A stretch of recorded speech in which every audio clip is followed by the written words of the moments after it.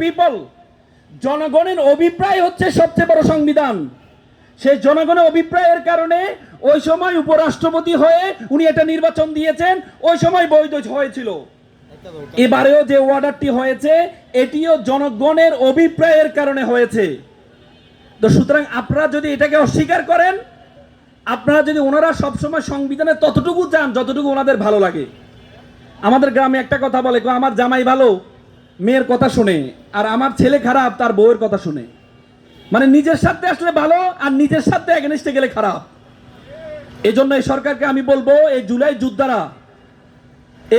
যোদ্ধারা যারা স্লোগান দিয়েছে বুকের মধ্যে অনেক ঝড়, বুক পেতেছি গুলি কর, সেই জুলাই যোদ্ধা জানজিদেরকে আপনারা এখন ফার্মের মুরগি বলেন। আপনারা মালয়েশিয়া ছিলেন, মালয়েশিয়া থেকে পরবর্তীতে এসে শিক্ষামন্ত্রী হয়েছেন, আপনারা এই জানজিদেরকে ফার্মের মুরগি বলেন। আপনারা ভাববেন না এই জানজিদেরকে, আপনারা মনে করেছেন জানজিরা গাছের পাতায় বাতাস আসলে উড়ে যাবে। আপনারা ভেবেছেন জানজিরা সমুদ্রে পড়ে থাকা শামুক যে ঢেউ আসলে চলে যাবে। এই জানজিরা যদি সিদ্ধান্ত নেয় 5 বছর 50 বছর নয়, প্রতি মাসে একটা গণ অভ্যুত্থান বাংলাদেশে সম্ভব। সুতরাং এই জানজিদের মনের আশা এবং আমাদের জুলাই যোদ্ধাদের মনের আশা সবগুলো আপনারা পূর্ণ করবেন।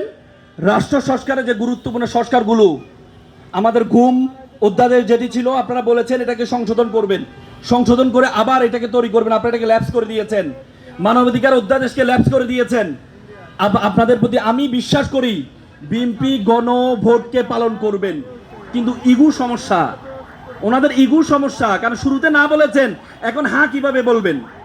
ক্ষমতায় যদি থাকতে হয়, যদি সবার আগে বাংলাদেশ বলতে হয়, তাহলে ইগুকে পিছনে ফেলে গণভোটের যে আদেশ সেটিকে বাস্তবায়ন করতে হবে।